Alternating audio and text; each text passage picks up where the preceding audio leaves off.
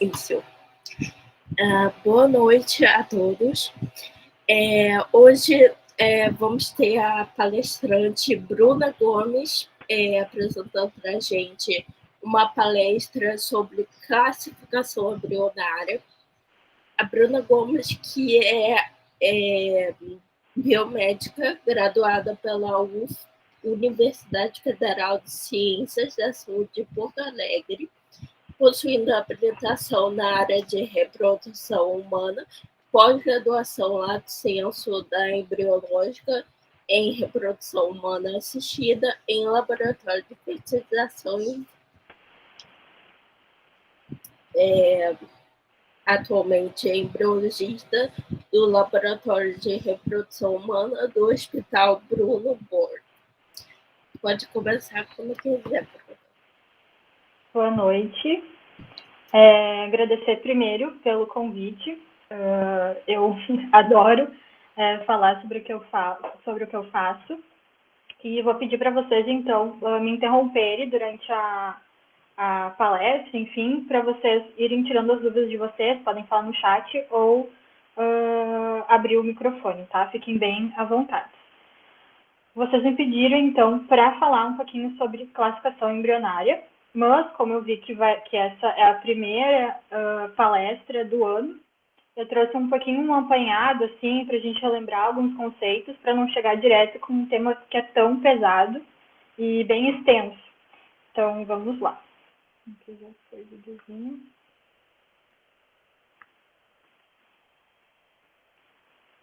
Já foi citado, mas vou falar um pouquinho do meu currículo. Então, eu sou formada em biomedicina pela Universidade Federal de Ciências da Saúde de Porto Alegre. Eu saí habilitada em reprodução humana assistida e farmacologia. Na verdade, eu fiz estágio em pesquisa clínica e saiu como farmacologia. E, na época, a pesquisa clínica que eu fiz no meu estágio eram pesquisas num centro ginecológico, e as pesquisas que eu participei enquanto estava estagiando tinham um link com infertilidade. Então, eram pesquisas com endometriose, com mulheres com endometriose, com mulheres que tinham ovário policístico. Então, todas essas doenças que, de certa forma, estão atreladas com infertilidade. Também fiz a minha pós-graduação em reprodução humana assistida pela Embriológica e atualmente eu sou embriologista no Centro de Reprodução Humana do Hospital Bruno Borg. Vamos começar, então, relembrando alguns conceitos para a gente chegar na classificação embrionária. Bom, eu tentei focar um pouquinho para o lado, né, puxar a sardinha para o lado do embriologista. Então, o embriologista, quem é a pessoa que vai lidar, vai estar ali no dia a dia, vai ser responsável pelos embriões, pelas técnicas de fertilização in vitro dentro do laboratório. Bom, trouxe o conceito do Conselho Regional de Biomedicina, que fala que o embriologista, o profissional que está habilitado em reprodução, então ele vai realizar a manipulação dos gametas, então os óvulos e os espermatozoides, vai atuar na identificação e classificação ocitária, no processamento seminal, no espermograma, na criopreservação desses gametas também, então congelamento de óvulos, dos espermatozoides, classificação e criopreservação dos embriões, que hoje a gente vai ver um pouquinho, biópsia embrionária, Hecting, e eu ainda acrescentaria algumas coisas como teste de DNA fragmentado, que está se vendo bastante, que a gente faz bastante no laboratório de reprodução, e bastante também de inteligência artificial, que a gente precisa desenvolver um pouquinho esse lado de tecnologia, né, esse lado de hands-on, que a gente chama, que são tecnologias que vêm para ajudar no nosso dia a dia dentro do laboratório de fertilização in vitro. Bom, Bruna, um instantinho. Oi? Uhum. Só um instantinho. Eu só vou pedir para todo mundo desligar o microfone, só ligar se for fazer alguma pergunta para a Bruna ou algum comentário. É só porque está fazendo alguns ruídos na voz dela. Obrigada, gente. Certo. Para a gente ter uma ideia de o porquê estudar, porque é bastante falado hoje sobre a infertilidade. Então, saiu em 2022 um relatório da Organização Mundial da Saúde, que ele cita que 1 a cada 6 pessoas vai ser acometida de infertilidade. E isso corresponde a 186 milhões de pessoas em todo o mundo, tornando-se, então, um caso de saúde pública. E aí, para a gente, como né, a infertilidade já é um caso de saúde pública, vocês veem que 186 milhões de pessoas é muita gente, a gente precisa facilitar, então, o acesso a esse tratamento. É um tratamento caro, né? Vocês devem já escutado falar, mas a gente também vai entender um pouquinho esse lado, por que esses tratamentos ainda são bem caros. Bom, trouxe aqui também um relatório do Cesembro. O Cesembro é um sistema de informações que a gente passa anualmente. Então, todo laboratório de fertilização in vitro do Brasil, anualmente a gente preenche esse relatório, manda para eles, e eles fazem essas análises de todas as clínicas do Brasil. Então, eu trouxe aqui para vocês verem quantos centros de reprodução humana assistida a gente possui nos estados do Brasil. Então, dominando 66 clínicas, isso já está desatualizado, porque ano passado já teve bastante clínica abrindo. Então, cada vez cresce mais o número de centros, está crescendo mais. Como vocês podem ver aqui, 2020 tinha 166 centros, já 2022, 181. E também, depois vocês conseguem entrar, isso aqui é público, vocês conseguem entrar no site da Cesembro, é só bastar Cesembro que vocês conseguem puxar todos os anos e o site é bem dinâmico, assim, a gente vai apertando e vai aparecendo os gráficos e os dados.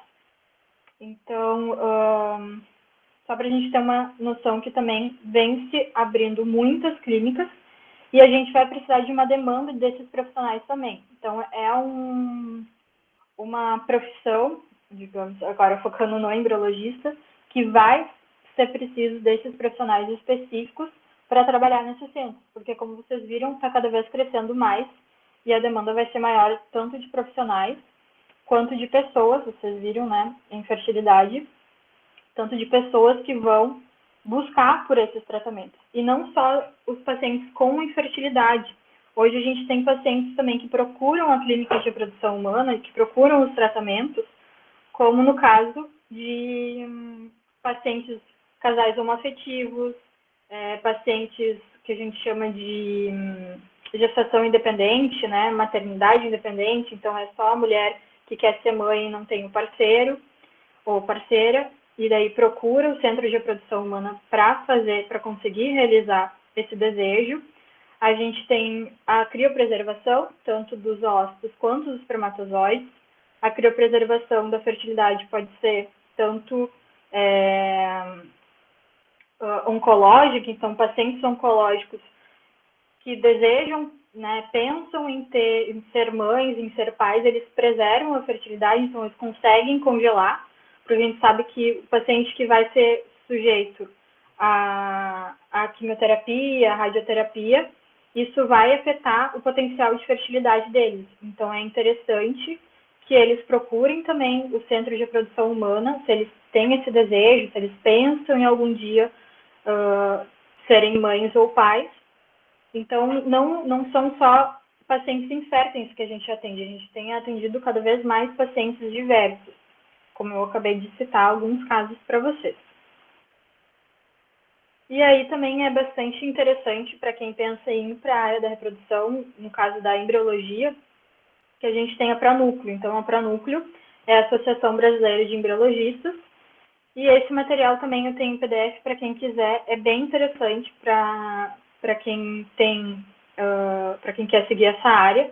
Tem várias demandazinhas assim que a gente precisa estar atualizado para quem quer seguir na reprodução humana.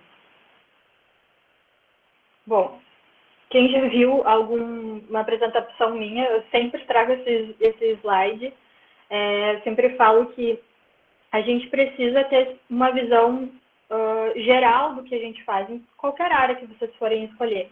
Então, na área da reprodução humana específica, o que a gente almeja, o que a gente quer? A gente vai utilizar, vocês viram, a gente vai fazer a realização, né, de óvulo e de espermatozoide, então os gametas masculinos e femininos. A gente vai fazer a junção, a gente vai facilitar esse encontro dos dois para que ocorra uma gestação sem intercorrências e que nasça um bebê vivo, né? Que a gente, então, isso é o que a gente quer nessa área. E cada vez que a gente está fazendo algum procedimento, que a gente está na nossa rotina no laboratório, é importante a gente não ser aquele profissional somente técnico, aquele profissional que vai no automático, tem que fazer essa técnica, eu já decorei como se faz essa técnica, e não pensar num todo. Então, a gente ter sempre na cabeça o que a gente quer no final, por que a gente está fazendo aquilo, por que a gente está lá no laboratório. Então, a gente tem sempre que ter em mente que o nosso objetivo final, que a gente está trabalhando lá dentro do laboratório, é para que ocorra esse resultado aqui.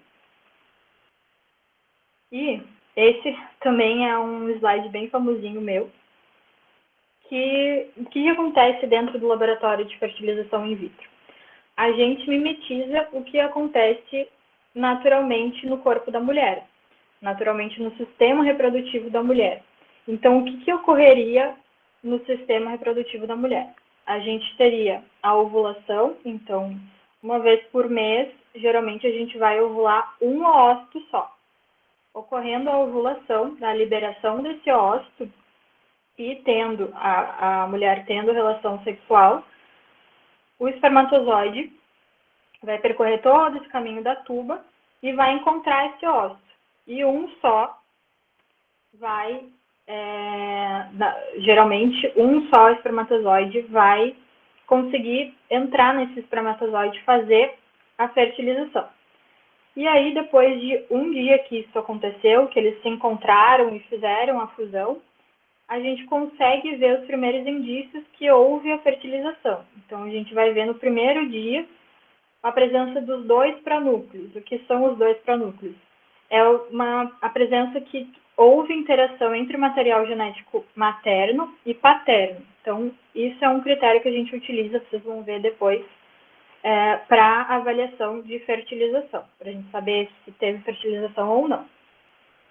Depois começam as primeiras clivagens. No segundo dia, é esperado ter duas células, esse embrião, a gente pode chamar também de pré-embrião. No terceiro dia, geralmente 4 células. No quarto dia, já vai ter 8 a 16 células.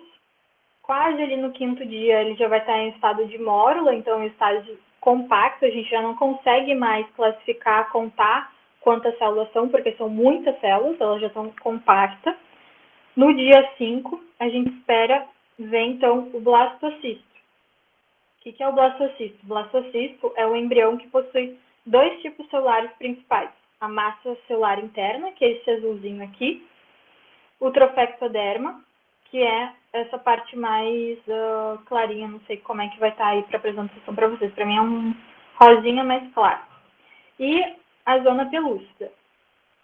Já no sexto e lá pelo sexto e sétimo dia, esse embrião ele vai fazer a eclosão, ele vai sair, romper daquela zona pelúcida para conseguir se implantar e se aderir no útero, então, da mulher, né? Isso é o que acontece naturalmente. E o que a gente faz no laboratório? A gente tenta facilitar, a gente tenta imitar o que está acontecendo naturalmente. Então, o quão complexo tem que ser, quão criterioso tem que ser um laboratório de fertilização in vitro. E por que os materiais, enfim, o resultado final para o paciente é caro, né? Porque a gente precisa manter a temperatura, a gente precisa manter a umidade, a gente precisa manter o pH, o meio de cultivo, as placas, tudo passa por testes que a gente só usa materiais que não são embriotóxicos, que a gente diz, eu não vou liberar substâncias tóxicas para os gametas e para os embriões. O controle do ar é todo controlado, né? A gente faz diversos controles de qualidade durante o nosso dia, que a gente está ali no laboratório. Então, são vários detalhezinhos que às vezes a gente não tem essa visão e que agora, né, conversando com vocês, mostrando para vocês, vocês vão entender o quão complexo é esse laboratório. E uma pergunta agora polêmica já no início, que sempre é bem questionada a questão do estágio, né? Então, para vocês terem uma noção de tudo que está acontecendo dentro do laboratório, que a gente está tentando dar essas ferramentas para estar mais próximo possível do que acontece no sistema reprodutor feminino, fora do sistema reprodutor feminino. Então, tudo que esse ósseo, desde a punção lá, que a gente vai ver que esse ósseo chega no laboratório, o preparo seminal também, a junção deles, eles vão ficar 5 dias a 6, no máximo 7 dias dentro do laboratório se desenvolvendo em cultivo celular, nas estufas. Então, são vários equipamentos, todo o material que a gente utiliza, são vários detalhezinhos que a gente precisa se dar conta. Aqui é o que acontece durante o desenvolvimento. Então, o que a gente vê durante o desenvolvimento?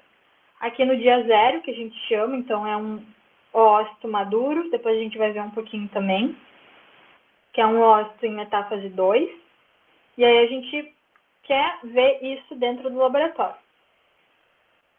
Geralmente, né, 17 horas depois que a gente faz a injeção, que a gente junta o ócito com o espermatozoide, a gente tem a sinalização de fertilização, que eu tinha falado para vocês, os 2 pronúcleos, que é um indicativo que houve interação entre o material genético do casal. E aí começam as divisões. Então, 2 células, aqui já tem 8 células, se eu não me engano. Aqui já está em estado de mórula, que eu falei para vocês, está bem compacto. E o estágio de blastocisto no 5º dia, que é aqui, esse grupinho aqui celular, é para ser a massa celular interna, que vai dar origem ao bebê, e essas células mais alongadas na extremidade é o trofectoderma, que vai dar origem às células placentais. Bom, trouxe aqui o que aconteceria na técnica da ICSI, né? A ICSI é a injeção intracitoplasmática de espermatozoide, é considerada uma técnica de alta complexidade. A gente tem outras técnicas de fertilização, mas eu foquei na ICSI, que é o que mais se faz, é mais comum nos laboratórios fazerem. Então, o casal aqui botei casal, mas como já citei para vocês, pode ser uma mulher sozinha, um homem sozinho que tenha vontade de ser mãe, de ser pai. Eles primeiro vão passar pela avaliação com um ginecologista especialista em reprodução humana assistida, isso é muito importante. Vão fazer, então, a indução da ovulação, como eu citei para vocês, a mulher vai ovular geralmente um óvulo por mês, e nas técnicas de reprodução, o que a gente quer? A gente quer que aumente a chance de ter um embrião. Vocês viram o quão complexo é todo esse caminho dos 5, 6 dias dentro do laboratório. Então, a gente precisa aumentar as nossas chances de sucesso. E como que a gente faz isso? A gente não, né? O médico ginecologista, ele vai prescrever, então, qual vai ser a melhor estimulação ovariana para aquela paciente, de acordo com a demanda dela. Muito importante citar que cada caso é um caso, então precisa ser muito individualizado cada tratamento. E aí vai acontecer a indução ovulatória. Isso vai acontecer por hormônios, enfim, é outra aula só sobre indução ovariana. E isso vai durar, geralmente, 14 dias. Então, a mulher vai ficar fazendo indução ovariana e vai ir lá no laboratório não, no centro de reprodução, para checar, fazer ecografia para ver como que está o crescimento desses folículos.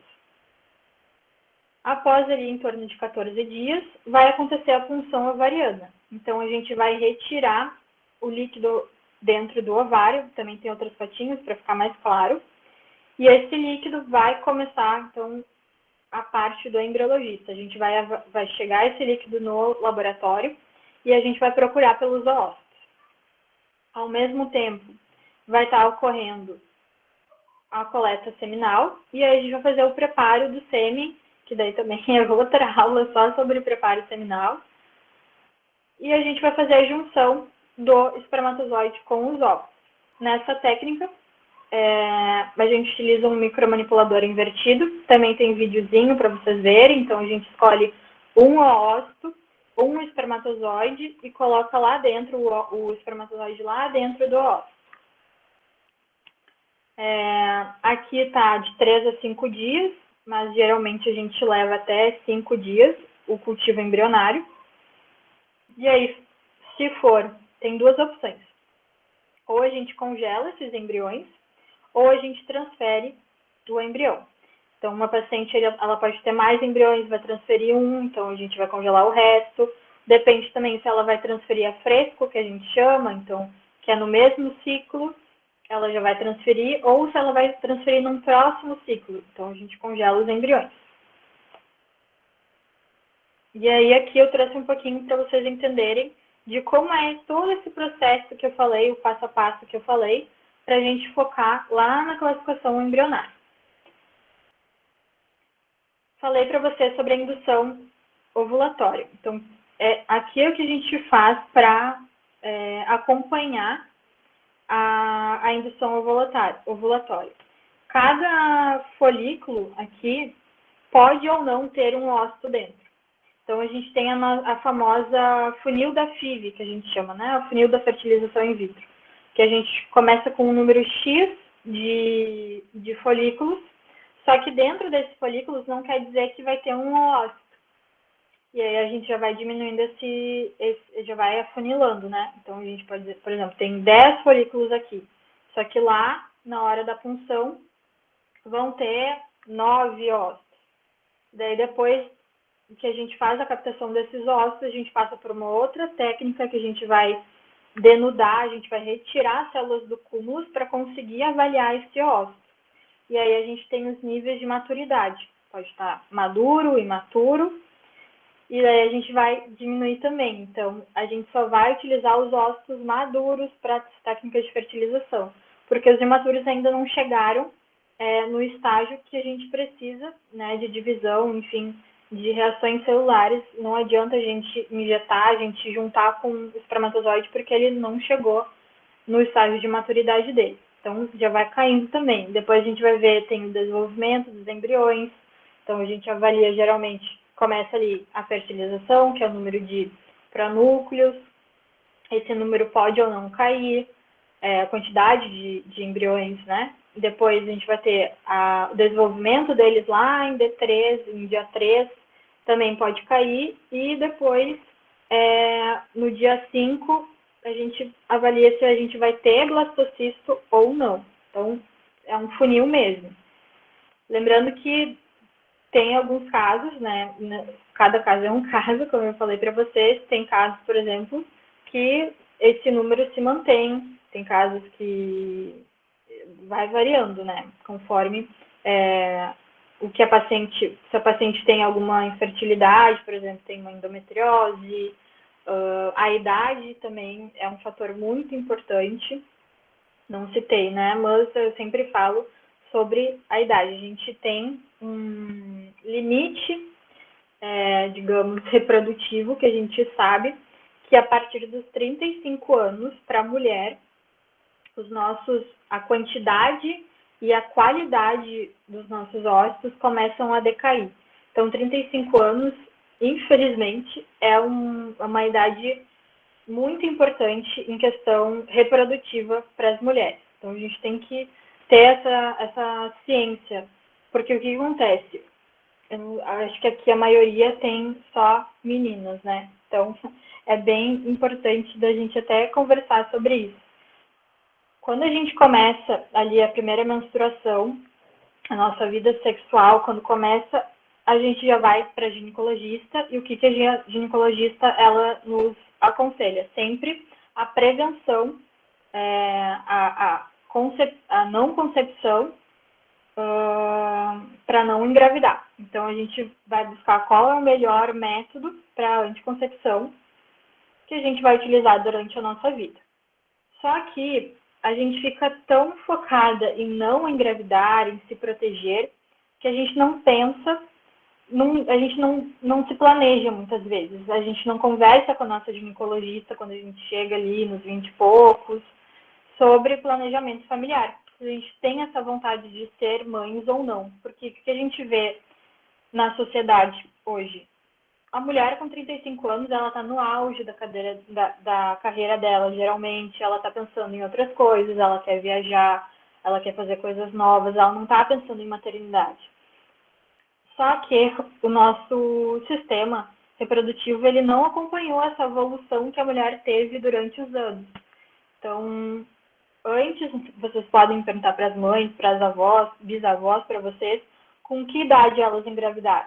Vocês vão ver que elas eram bem mais novas. Então, durante esses anos, a mulher foi conquistando várias coisas e a maternidade ficou um pouquinho, a gente postergou um pouquinho a maternidade, mas o nosso sistema reprodutor, ele não acompanhou isso. Então, é muito importante, eu sempre falo sobre conversar com a ginecologista sobre planejamento familiar. Conversar, a gente tem a opção de criopreservar os óvulos. Então, cuidar também, gente, o que é falado nas redes sociais. As redes sociais podem ser usadas para o bem, mas também a gente tem que saber filtrar, porque tem muita informação errada. Então, a gente vê, agora foi falado até, achei bem legal, assim, algumas famosas falando sobre congelamento de ossos. Teve a Juliette, teve a Carla Dias, teve algumas famosas esses tempos aí, esses meses atrás, que apareceram falando sobre que já estão com 30 e poucos ali e pensam em ser mãe, mas não agora. Então, falando sobre a preservação da fertilidade, congelamento de ossos. Porém, também tem muita matéria que sai nas redes sociais, Instagram, de pessoas famosas, mulheres famosas que engravidam com 50 anos, com 40 e poucos anos. Então, tomem cuidado com essas informações. É possível engravidar com 40 e poucos anos, mas tem que ser levado em consideração a qualidade desse ósseo. Esse ósseo foi congelado anteriormente, esse ósseo foi doado, tu recebeu esses ossos de uma doadora anônima, então tudo é levado em consideração. Bom, aqui eu trouxe um videozinho, eu acelerei um pouquinho o vídeo só para vocês verem como que chega. Então aqui é um líquido que a gente tem dentro dos folículos, e dentro desse líquido pode ter os ósseos, né? O que a gente vai receber no laboratório. Então, aqui tem o videozinho, ó. A gente chega pra gente nesses tubinhos, a gente coloca numa placa e verifica no microscópio, na lupa, se tem nesse líquido o ósseo ou não.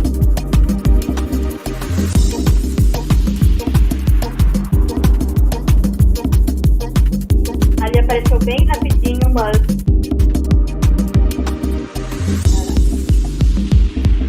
dentro do laboratório a gente tem uma porta dentro do laboratório que é o pass-through. Então a paciente está do outro lado, no bloco cirúrgico, anestesiada, tá, o médico anestesista, o pessoal da enfermagem e o médico ginecologista vai fazer a função desse líquido folicular. E aí a enfermeira geralmente passa esses tubinhos com o líquido folicular ali por aquela janelinha para chegar até a nossa mão e a gente fazer essa triagem para ver se tem os ossos. Então tudo tem que ser muito rápido. Então vocês imaginam que aquele líquido está saindo dentro dos ovários, a temperatura certa, no ambiente certo, a osmolaridade, todos aqueles parâmetros dentro do corpo daquela pela mulher e ela vai para um lugar fora, né? Então vai lá para o laboratório. Então as coisas têm que ser tudo bem rapidinhas, a gente faz essa triagem, já passa a plaquinha para dentro da incubadora para manter a temperatura, com o meio de cultivo, tudo para agredir, entre aspas, né? Para não ter estresse dessas células, desses gametos. Aqui é uma fotinho de como que fica, o que a gente vê a olho nu. Aqui a gente ainda consegue ver, e o que a gente vê são as células do cúmulo. Então, também é mais um nível do folículo, do funil, que eu falei para vocês. Porque aqui é como se fosse uma penugemzinha. Pode ou não ter um oócito dentro dele ou não. Então, também mais um degrau no funil. E aí, o que a gente vê? Aquela penugemzinha que vocês veem aqui, se a gente der zoom, é isso que a gente vê. É o oócito que está lá dentro daquelas células do cúmulo, que a gente chama. Então, vai passar por uma técnica que a gente chama de denudação. A denudação ela pode ser utilizada mecanicamente e quimicamente. A gente vai tirar essas células do cúmulo para conseguir avaliar, conseguir observar como que está esse oócito. Classificação hospitalar, eu vou passar bem rápido, porque não é o foco hoje. Então, a gente vai ter o oócito maduro, o oócito imaturo. O que a gente vai observar? Nos ócitos imaturos, a gente tem predominantemente os ócitos com vesícula germinativa, então essa bolinha que a gente consegue observar no ócito. E em metáfase 1, que ela não vai ter o corpúsculo polar.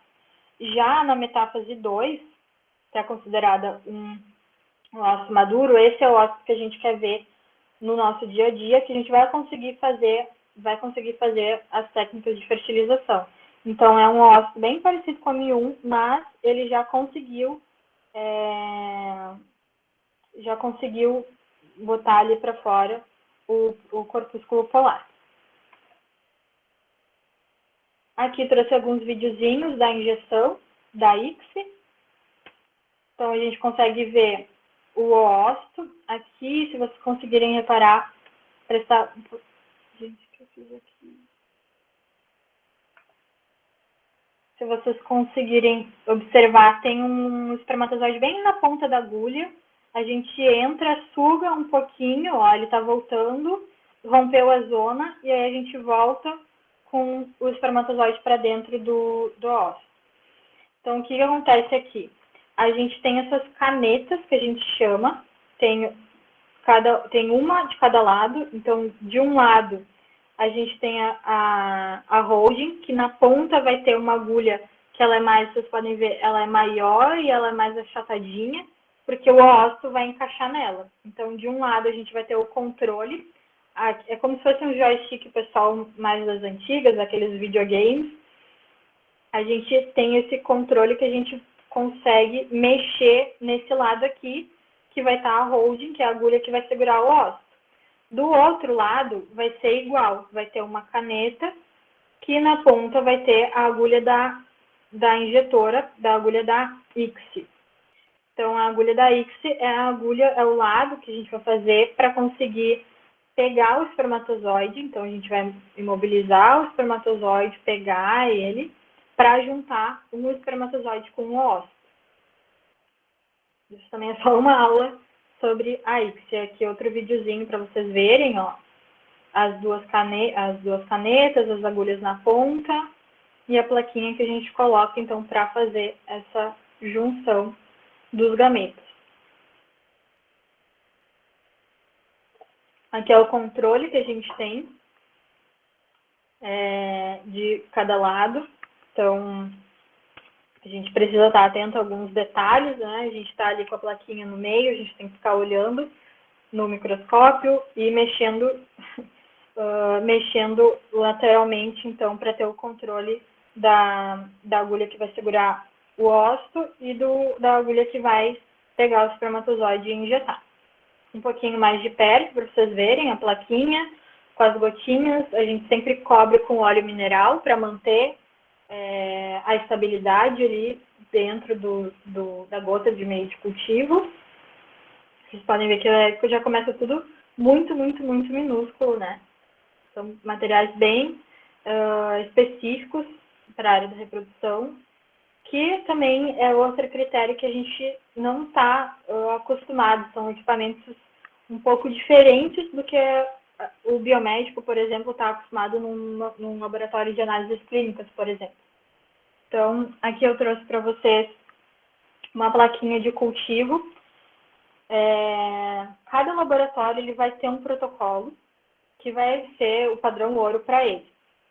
Então, aqui nesse laboratório, a gente utilizava esse tipo de plaquinha, uma plaquinha menor, e aí fazia o desenho de uma uva, por exemplo, que era para que a gente conseguisse se localizar de qual gota a gente estava, por exemplo.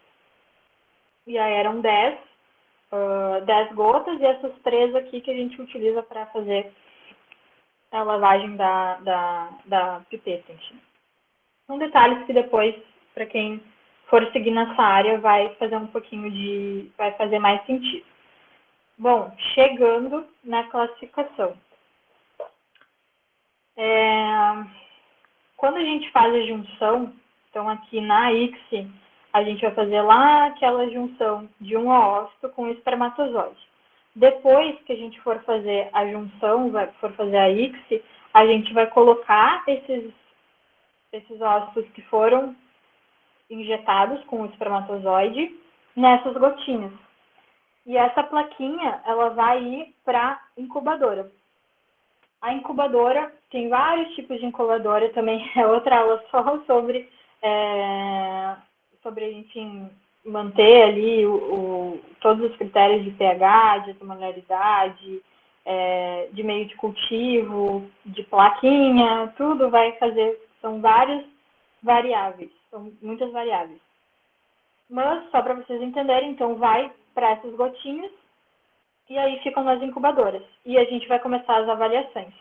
Então, a primeira avaliação que a gente vai fazer depois que a gente juntou os gametas vai ser a fertilização, que eu vinha falando para vocês. Então, a gente chama de D1, que é um dia após essa junção dos gametas, e isso corresponde geralmente a 17 horas, e a gente tem uma margem ali de 1 hora menos, 1 hora mais, para observar esses pranúcleos. Então, a gente vai observar lá aquelas 2 bolinhas, que é o indicativo de fertilização. Aqui já começa o nosso primeiro critério de avaliação dos embriões. Depois, a gente já vai começar nas primeiras clivagens. Então, a gente pode ver que já começa com 23 horas. Então, 1 hora mais, uma margem de 1 hora mais, 1 hora menos.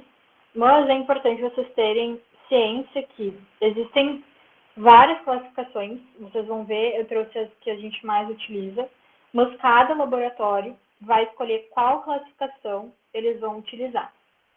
Isso é bem difícil, assim, porque aqui no Brasil a gente se baseia na Sociedade de Reprodução Humana Europeia e a Sociedade de Reprodução Humana Americana. E cada sociedade vai ter os seus critérios. E aqui no Brasil também a gente tem outros critérios. Então, a Pranúcleo, que eu venho falando bastante, que é a Associação Brasileira, está com um projeto, uma ideia de a gente uniformizar essa linguagem. Então, todo laboratório do Brasil falar a mesma linguagem, porque o que acontece? Às vezes, a paciente fez todo o tratamento numa clínica e ela, enfim, por alguma razão, ela decide transferir, levar os embriões para outra clínica. E aí, os embriologistas vão receber esse material com uma classificação que pode ser diferente da classificação que eles avaliam. E aí, às vezes, pode gerar algum conflito, enfim, alguma dificuldade nesses critérios. Então, o que a gente está tentando, né, a Pranúcleo está tentando, é que a gente consiga fazer toda uma mesma linguagem, uma mesma forma de avaliação desses critérios, E também interessante para quem quer entrar na área, eles também estão com a ideia, então, de fazer provas de capacitação, porque a gente tem vários níveis, né, dentro da carreira de embriologista. Então, tem embriologista auxiliar, embriologista júnior, o sênior. E aí, para conseguir também, cada clínica sai de uma clínica como júnior, vai para outra como pleno, aí numa não é pleno, é sênior. Então, isso também traz alguns conflitos. E o objetivo, então, da Pronúcleo é facilitar nosso trabalho, nosso dia a dia. Bom, falei sobre outra coisa, mas só para vocês irem pensando um pouquinho além de só da aula que eu estou dando de classificação embrionária, porque são vários detalhezinhos que a gente tem que encaixar tudo para fazer sentido. Bom, aí a gente tem as primeiras clivagens, vocês vão ter que tentar lembrar sempre daquele slide lá que era do útero, lá tudo que acontecia naturalmente, e a gente vai pensando que aquilo tem que acontecer lá dentro das incubadoras no laboratório de FIV. E aí as primeiras clivagens, a gente tem ali 26 horas após a ICSI, que a gente espera ver 2 células, então os embriões já vão ter se dividido em 2. Depois, que a gente chama de D2, com 44 horas, que a gente espera ter 4 células. Em D3, são 68 horas após a injeção, após a ICSI, que a gente espera ver 8 células. E a gente vai classificar, então, em graus. A gente pode classificar em grau 1, grau 2 e grau 3, que vai ser uma classificação boa, razoável e ruim. E o que a gente vai avaliar? Então, a gente vai avaliar a fragmentação desse embrião, o tamanho dessas células uniformes, a multinucleação, e aí, se tiver dentro desses critérios, vai ser como grau 1. No grau 2, pode ter de 10 até 25% de fragmentação. Depois vai fazer um pouco mais de sentido. É um tópico um pouquinho mais complicado, como eu falei para vocês, que é o que a gente já está há algum tempo lá no laboratório estudando sobre isso, que a gente vai fazer sentido a classificação embrionária. Então, de 10 a 25% de fragmentação, também a gente vai ver se as células estão no mesmo tamanho e se tem multinucleação. E ali, considerar como grau 3, uma fragmentação maior que 25%, com células irregulares. Então, ali com 8 células, vai ter 2 células maiores, 3 células do mesmo tamanho, então vai variando. Aqui o que eu trouxe para vocês, como que a gente observa no nosso dia a dia, então os pronúcleos, isso também vai ser critério do laboratório, onde vocês vão estar inseridos, se eles avaliam se os 2 pronúcleos vão estar justapostos, qual vai ser a simetria deles, ou se, geralmente a gente só avalia se tem os 2 pronúcleos e os 2 corpúsculos polares, que aqui, por exemplo, está aparecendo aqui e aqui. Aqui já está junto, então isso também a gente pode usar como critério para fertilização. Então aqui a gente está em D1, que a gente vai avaliar a fertilização. Então essas imagens estão bem boas, dá para ver bem os 2 pronúcleos. Lembrando sempre do funil. E aí, também isso vai variar de acordo com o protocolo daquele laboratório que vocês vão estar, que é se a gente vai avaliar em D1, que é a fertilização, que é a presença dos pronúcleos. Quando mais que a gente vai avaliar? Se a gente vai avaliar em D2, se a gente vai avaliar em D3, se a gente vai avaliar em D4 e se a gente vai avaliar em D5, D6. O que acontece? Em alguns laboratórios, a maioria dos laboratórios, as incubadoras, a gente tem que tirar a plaquinha com os embriões. Deixa eu passar para cá. A gente tem que tirar as plaquinhas das incubadoras. Também tem vídeo depois de dentro do laboratório, para fazer mais sentido para vocês, para avaliar. Então, a gente vai tirar aquele embrião lá daquele ambiente estável que eles estão, passar, né, com eles pro microscópio para conseguir avaliar. E aí tem o tempo também que a gente avalia, de acordo, aquela placa daquela paciente tem 10 embriões, tem 20 embriões. Então, isso também tudo é o tempo, a gente tem que ter uma segurança, uma experiência para fazer tudo isso e que não ocorra nenhuma interferência, que não ocorra nenhum acidente. A maioria dos laboratórios tem incubadoras assim, que a gente tem que retirar as plaquinhas para avaliar. Então, os laboratórios, para diminuir essas vezes de avaliações, para diminuir a taxa de exposição desses embriões, avalia em D1, que é a fertilização, em D3, que daí a gente vai ver ali quais são os critérios, quantas células tem que estar em D3, e vai avaliar D5 e D6, que é o estágio de blastocisto. Alguns laboratórios ainda avaliam até D7, já vi D8, então isso vai ser o protocolo padrão do laboratório. Bom, avaliação em D2. D2, a gente vai avaliar, e aqui eu trouxe, vocês vão ver, tá? Como eu tinha falado anteriormente, são vários critérios, são vários consensos, às vezes, que a gente se baseia nessa classificação, tá? Então, aqui a gente tem a classificação em D2, e aí a gente vai ver pelo número de células, e D3.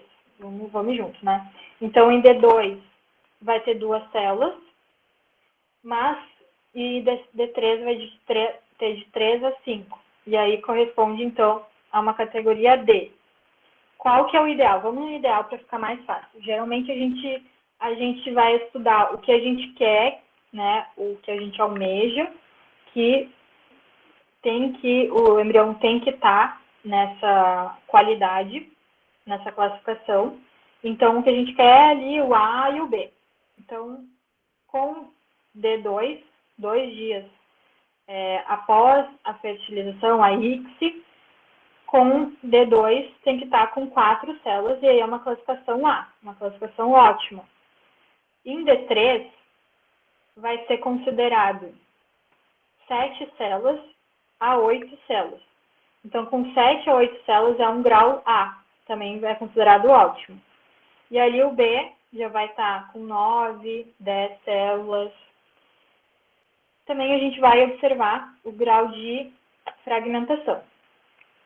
Aqui, em D3 e D4, tá? Grau de classificação. Então, a gente vai observar em D4, a gente tem alguns outros critérios, que é a cavitação, se ela tá, a compactação delas, se tem algumas células soltas, vocês vão ver as imagens que eu trouxe para vocês, vai ficar mais claro. O que mais que a gente pode ver? A fragmentação também é algo que a gente vai avaliar.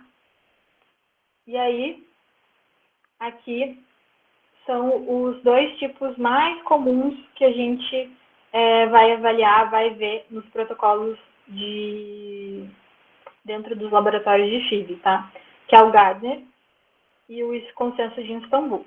Depois, quem tiver mais interesse sobre esse assunto, eu posso também compartilhar o PDF desses artigos e do consenso, que também tem mais imagens ali, fica um pouquinho mais claro, mas aqui tem uma tabela que eu peguei do livro da Pronúcleo, que é um livro ótimo para quem quer entrar na área. Eu sempre recomendo esse livro. Depois, no final da apresentação, tem indicações de livro. Vou ir um pouquinho mais rápido para dar tempo de eu falar tudo. Mas aqui, no Gardner, então, a gente vai ter o estágio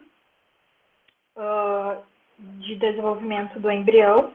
Então, ele pode estar blastocisto jovem, um blastocisto inicial, o blastocisto, né, normal, que é o que a gente quer geralmente, o blastocisto expandido, e o hatching, que é quando ele está saindo da zona. E aí a gente vai avaliar 3 conceitos. O desenvolvimento dele, então é como se fosse o tamanho dele, a massa celular interna, isso é para blastocista, lá em D5, D6, e o trofectoderma. O primeiro grau vai ser número, então, de acordo com qual estágio ele vai ser pelo número. A massa celular interna e o trofectoderma vai ser por letra. Então, a letra A vai ser células compactas, a letra B, células um pouquinho mais frouxas, e a letra C são poucas células, que é o que a gente não quer, que é uma classificação C.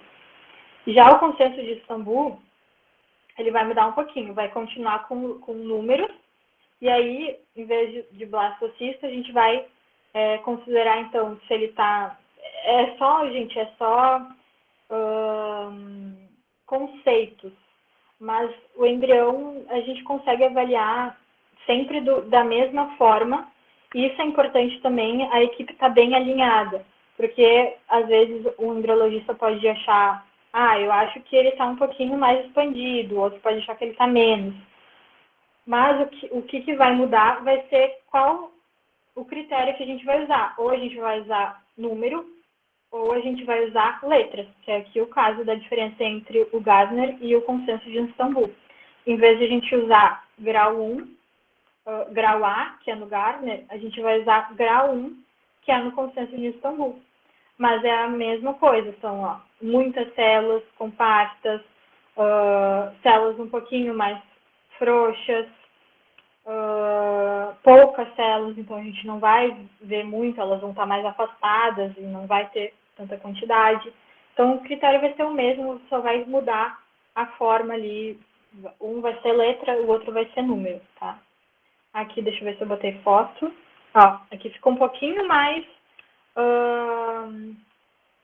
acessível, não vou dizer fácil, para vocês entenderem, tá? Então aqui a gente tem um blastocisto. Aqui a gente consegue ver a massa celular interna, lembrando que vai dar origem ao bebê, e o trofectoderma, que são aquelas células mais afastadas que vão dar origem aos tecidos placentários. E aí, o que vocês conseguem ver? Vocês estão vendo que a massa celular interna, ela está bem, como se fosse a gente falando que é um botão, assim, ela está bem compacta ali. E as células do trofectoderma, elas fazem são mais alongadas, mas a gente consegue ver que tem várias. Essa aqui é uma classificação, aqui pelo Gardner, ela é 5, ela é 4, ela está expandido, ela é 4. Então é um blastocista expandido, vocês podem ver que tem uma cavidade maior, e a zona pelúcida, ela está bem fininha, que a gente chama que é como se fosse uma casquinha do embrião, né? Que é a zona pelúcida. Vocês podem ver que ela está bem fininha, quase a gente não vê. A massa celular interna, ela está bem compacta, tem bastante células. E o trofectoderma também com bastante células e essa camadinha aqui bem delimitada. Bom, esse aqui é o embrião que a gente quer ver em D5, que é o embrião 4A. O hatching é quando ele já está rompendo essa zona. Então, o embrião, durante o desenvolvimento dele, ele vai eclodindo, ele vai se retraindo e eclodindo. Ele vai fazendo esse movimento de se encolher e expandir. Para quê? Para que ele consiga sair da zona pelúcida. E o objetivo final dele, lá pensando naquele slide que eu mostrei para vocês do útero, ele vai sair dessa zona pelúcida para se implantar lá no útero.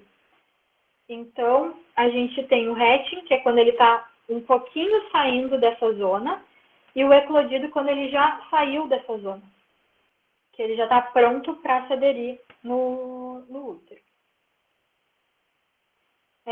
Aqui no critério de Acebir, a gente tem, vocês vão ver que não vai mudar muita coisa. Em D4 vai ser mórula, então vai ser aquelas células compactas que a gente viu lá em outro slide também, que são células mais juntinhas, que a gente não consegue contar quantas células são. E D5 a gente vai fazer, aqui é tudo por letra.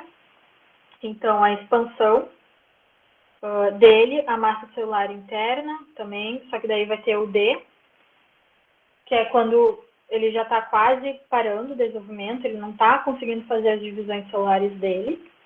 E também, daí o mesmo critério, massa celular interna e trofectoderma. Lembrando que na imagem, massa celular interna, trofectoderma.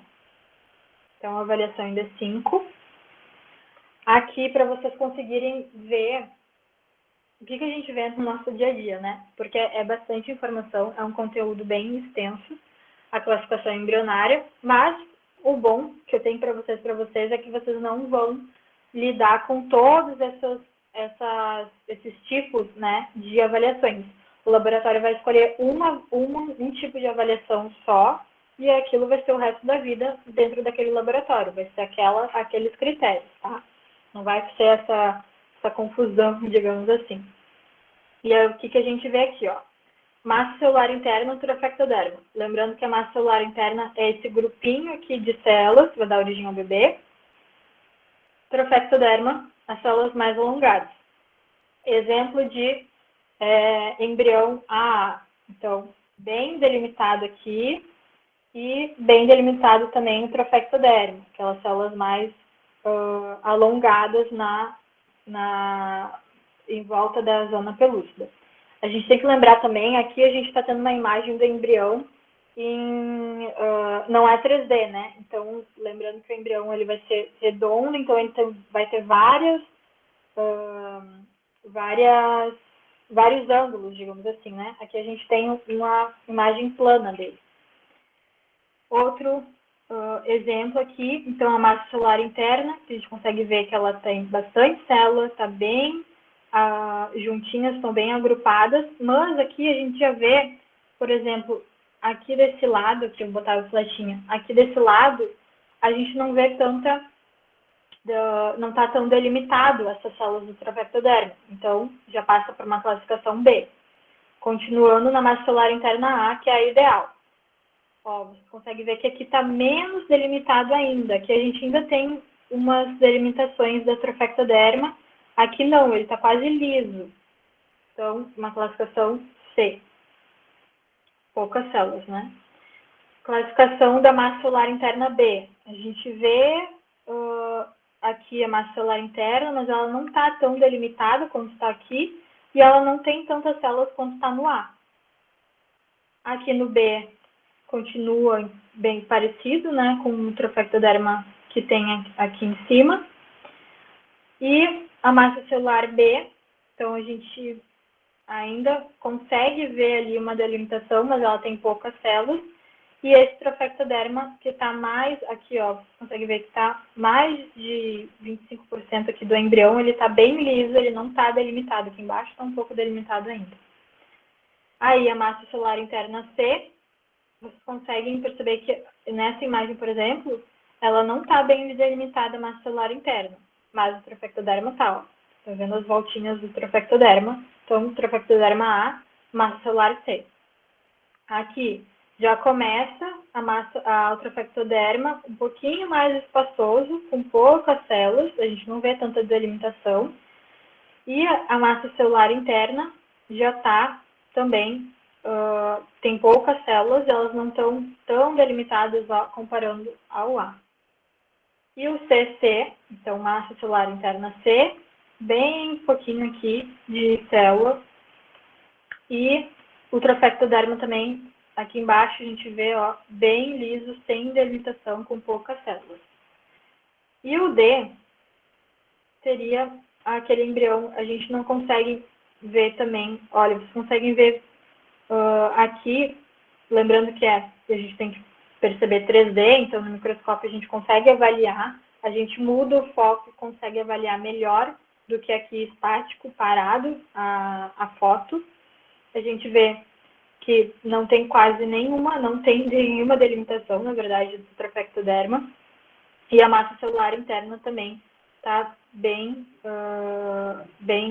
frouxa, assim, né? Bem espalhada, ela não está delimitada e também não tem tantas células, tá? Trouxe aqui... desculpa, esse slide aqui repetiu. Mas só para a gente lembrar, então, né? Fertilização, lembrando que cada laboratório vai escolher quais os dias eles vão avaliar. Se vão avaliar D1, que é fertilização, no dia 2, no dia 3, no dia 4, no dia 5. Lembrando que grau de fragmentação também é importante. Todas essas etapas, esses dias, a gente vai observar o grau de fragmentação.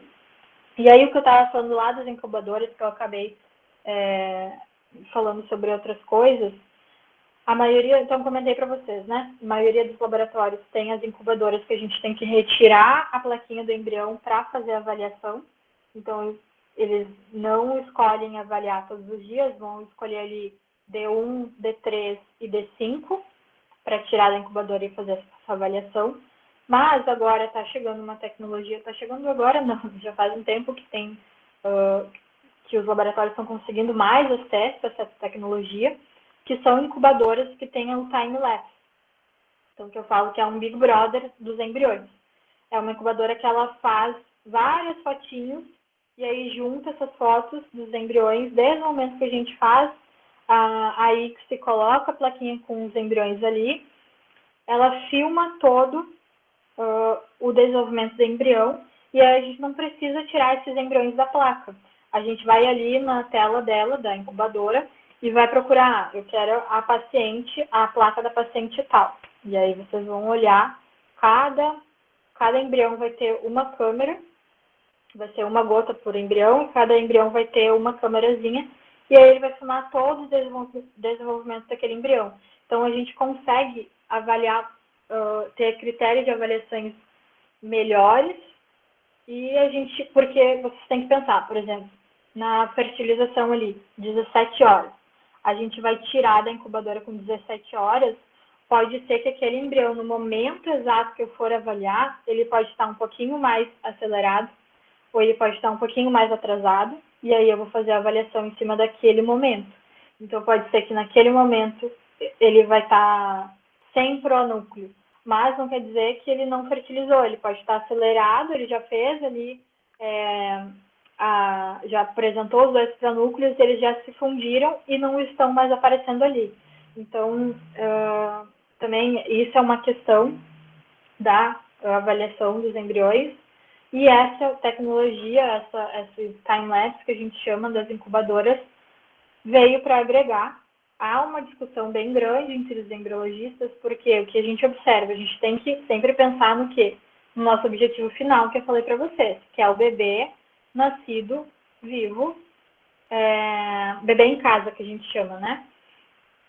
Então, tudo que a gente for fazer, cada procedimento que a gente for fazer, cada técnica que a gente for fazer, cada material que a gente vai utilizar dentro do laboratório, a gente tem que pensar qual é o nosso objetivo final. É ter gravidez, é ter sucesso e o embrião implantar, ter uma gravidez sem intercorrência, sem aborto e ter um bebê saudável no final. Então, o que a gente tem que fazer para que isso aconteça, né? Qual técnica melhor, o que a gente pode agregar para dentro do protocolo do nosso laboratório. E o que foi visto é que essa tecnologia do time-lapse, dessa filmagem ali do desenvolvimento do embrião, ele não traz, muitos artigos trazem que ele não traz taxa de gravidez. Então, ele não vai alterar, o laboratório que tem a time-lapse vai ter mais taxa de gravidez por causa disso. Não, vão ser outros fatores. Então, ainda é uma tecnologia cara para se trazer para o Brasil e não são todos os laboratórios que utilizam isso por uma dessas questões que vai facilitar muito. A gente consegue ter agora, a gente tem várias inteligências artificiais de softwares que a gente consegue fazer várias avaliações e ver, por exemplo, aquele embrião ele se dividiu em 2 células em tal tempo. E tal tempo a gente sabe que é um bom prognóstico. Então, aquele embrião está se desenvolvendo no tempo certo. Então, são várias tecnologias que a gente vem utilizando esses dados de iniciação artificial, de inteligência artificial, perdão, que nos trazem alguns dados, mas o time-lapse em específico não vai mudar a nossa taxa de gravidez, que é o nosso objetivo, né?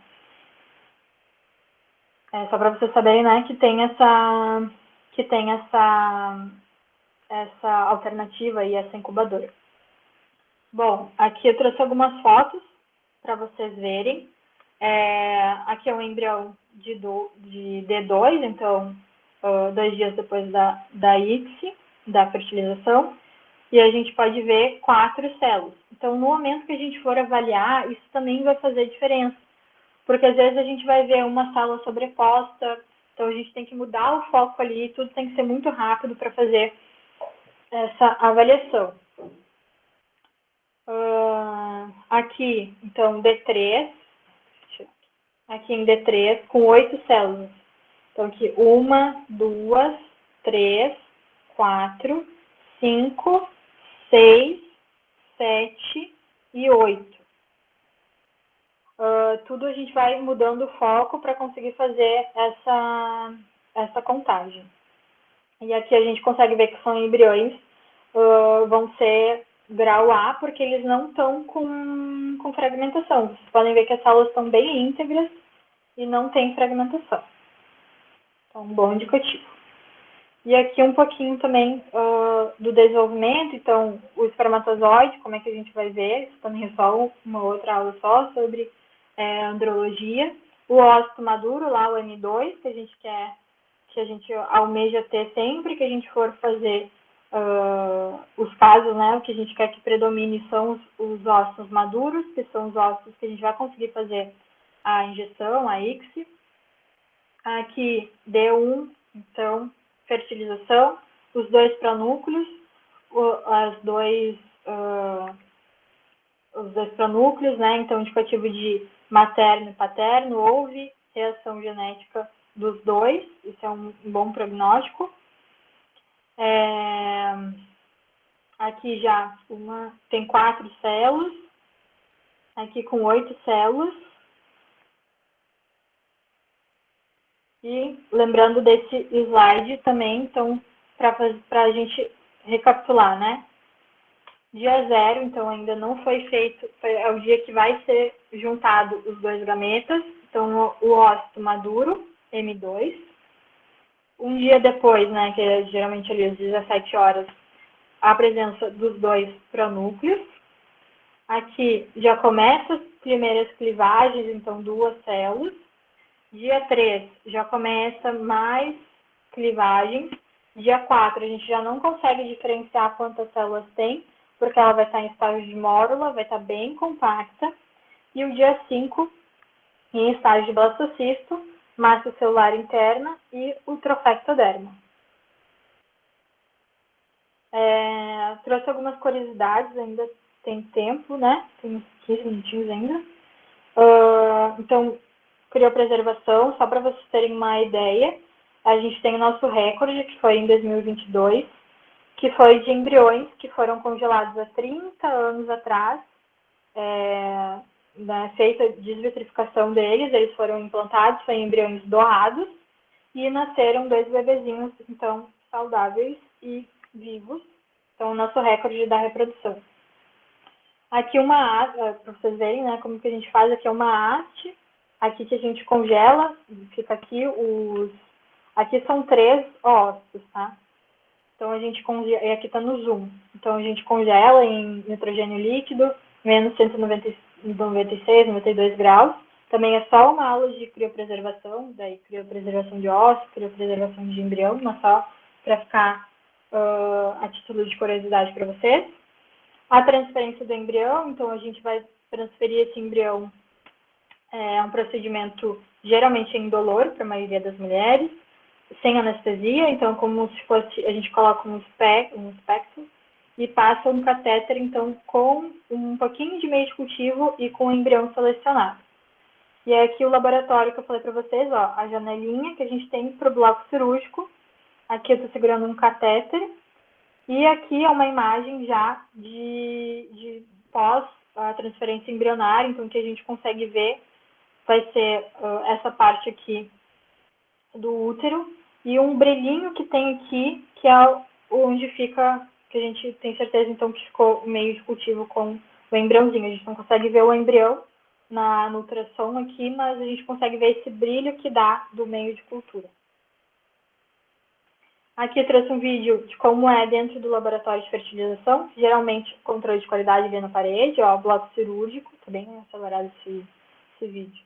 Aqui a gente vai fazer então a denudação, vai fazer a captação folicular, o micromanipulador invertido. Geralmente o laboratório é dividido em 3 grandes áreas. O laboratório de FIV, que a gente faz a captação dos ossos, a transferência, o cultivo embrionário, que fica as incubadoras, e também onde a gente faz a ICSI. Depois tem o laboratório de criopreservação, onde a gente faz o congelamento dos ossos e dos embriões, e que fica armazenado nos botijões de nitrogênio. Aí as incubadoras. Aqui essa incubadora a gente chama de primeira geração, que a gente coloca geralmente meio de cultivo para ficar overnight, enfim, para manter ali o pH, a temperatura dele. E aqui é a incubadora de bancada, segunda geração.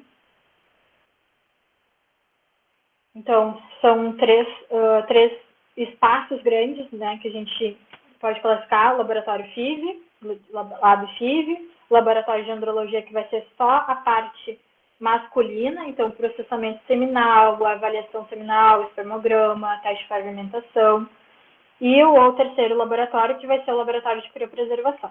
Aí aqui a gente tem o de andrologia, aqui as nossas portinhas ficam as salas de coleta, então o paciente coloca ali o potinho com a amostra que ele coletou,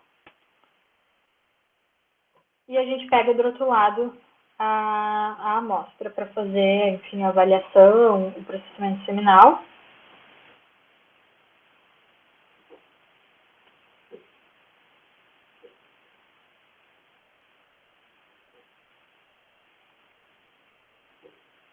Capela, uma centrífuga, é um pouquinho mais do que a gente está mais acostumado no laboratório de análises clínicas, né, geralmente. E o laboratório de criopreservação, a gente vai fazer a técnica de vitrificação de ósseo, de embrião, e que a gente vai também armazenar os botijões de nitrogênio líquido. Então aí vocês vão ver, essa vídeo é bem mais novo, é mais antigo, perdão, tem uns 4 anos, eu acho, já. A gente tem mais botijões, mas cada botijão a gente classifica, então, um botijão só para embrião, um botijão só para ósseo, um embrião só para espermatozoide, né? Então, um embrião de quarentena que a gente tem que ter, um embrião reserva, e sempre a sala de criopreservação tem que ser aberta para a gente conseguir enxergar. No caso do nitrogênio líquido, quando a gente está mexendo, o nitrogênio líquido ele rouba, né, o CO2 do ambiente. Então, pode acontecer de ter algum vazamento, alguma coisa assim, e o profissional desmaiar. Então, tem que estar tudo... A gente tem o controle ali do nível e também tem que ser transparente, assim, uma janela aberta. Rapidinho, então, indicações de livro. Esse é o livro da Pronúcleo, ele é de 2017, mas é um livro bem completo e bem específico para laboratório. Então, todas as técnicas laboratoriais estão ali. É um livro muito bom, digo que é a Bíblia dos embriologistas, porque é excelente esse livro. Aqui, outra opção, que é do Instituto Sapiente, que tem a pós deles também, mas é um pouquinho mais geral, tem uma parte clínica ali, dos médicos, enfim. O livro da Sociedade Brasileira de Reprodução Humana, também esse livro é bem completo, e tem a parte da psicologia, que também é bem interessante depois que tu já está há um tempo na área, e o livro de genética, que é da Sociedade Brasileira de Reprodução Humana também. E é isso, agora aberto para as perguntas. Vou parar aqui meu compartilhamento. Bruna, muito obrigada pela palestra, foi ótimo, deu para entender não só sobre classificação embrionária, mas também um pouquinho mais sobre a rotina do embriologista. Eu vou ler as dúvidas que estão no chat, inclusive algumas minhas. Você falou um pouquinho sobre meio de cultivo. Quando usar o meio tamponado e o meio não tamponado? Tá. Isso vai variar também. Gente, são várias técnicas e cada protocolo, cada laboratório vai ter o seu protocolo. Então, às vezes, uma técnica vai funcionar melhor para um laboratório. Então, por exemplo, a gente tem também diferença entre os meios de cultivo, a gente tem diferença entre as plaquinhas. O laboratório, às vezes, usa uma plaquinha maior, outra usa uma plaquinha um pouquinho menor. Quantas gotas a gente vai fazer, se a gente vai fazer cultivo em grupo ou cultivo individual, então a gente vai botar um ósculo só numa gotinha, ou vai botar 2, 3 ósculos. Então tem que ver o que vai funcionar para aquele laboratório, qual tipo de incubadora tem aquele laboratório. Então, eu faço cultivo embrionário com uma incubadora de segunda geração ou de primeira geração, isso vai variar também. Uma vai ter nitrogênio, outra vai ter CO2, O2, então isso vai variar e cada laboratório vai ver o que funciona melhor naquele ambiente, né? Porque daí a gente também tem laboratórios que são, isso também vai variar, para vocês terem uma ideia. Por exemplo, laboratórios que são no nível do mar, laboratórios que são abaixo do nível do mar. Então, tudo isso também tem que pensar. Laboratórios, por exemplo, numa São Paulo, tem muito poluição, vai ser diferente da qualidade do ar daquele laboratório lá no interior, que não tem quase carro, que não tem quase prédios em volta. Então, tudo isso vai fazer diferença.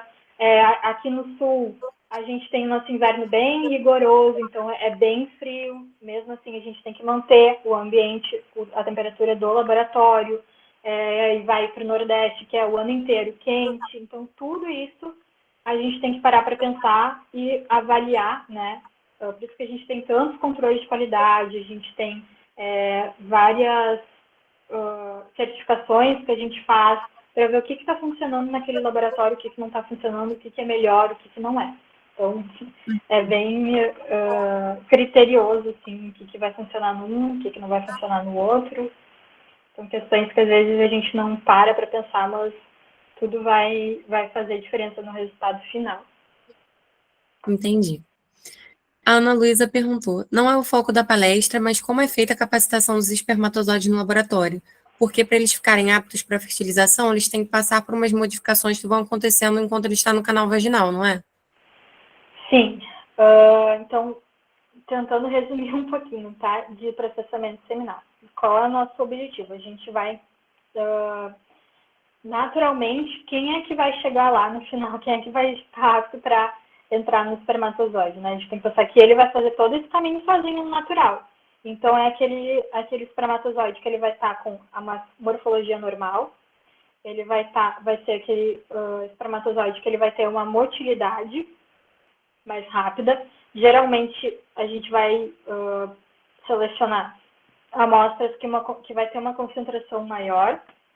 Então, a gente vai utilizar técnicas, a gente vai primeiro ver como que é aquela amostra, vai utilizar qual é o tipo melhor para aquela amostra de processamento seminal, mas, basicamente, a gente vai fazer uma limpeza, a gente vai tirar aqueles espermatozoides que estão parados, por exemplo, ou que não estão vivos, porque ele pode estar parado, mas está vivo.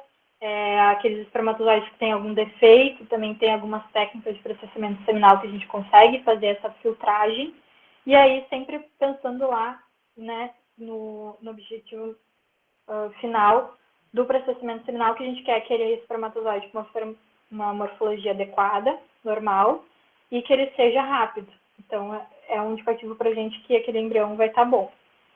E aí, são algumas técnicas que a gente vai avaliar de acordo com aquele tipo de amostra seminal.